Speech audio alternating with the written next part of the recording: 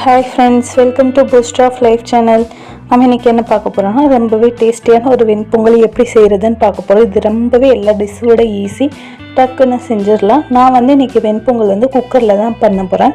அதுக்கு அரை கிலோ பச்சரிசி எடுத்திருக்கேன், 250 கிராம் சிறுபருப்பு எடுத்திருக்கேன்.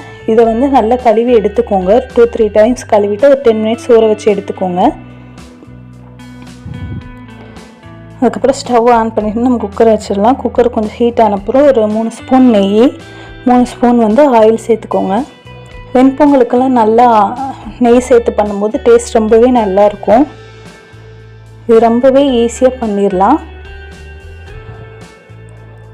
இப்போ எண்ணெயை அது கூட நான் ஆட் பண்ணிக்கிறேன். அதுக்கப்புறம் 2 ஸ்பூன் மிளகு, 2 ஸ்பூன் சீரகம் எடுத்திருக்கேன், 10 முந்திரி பருப்பு எடுத்திருக்கேன்.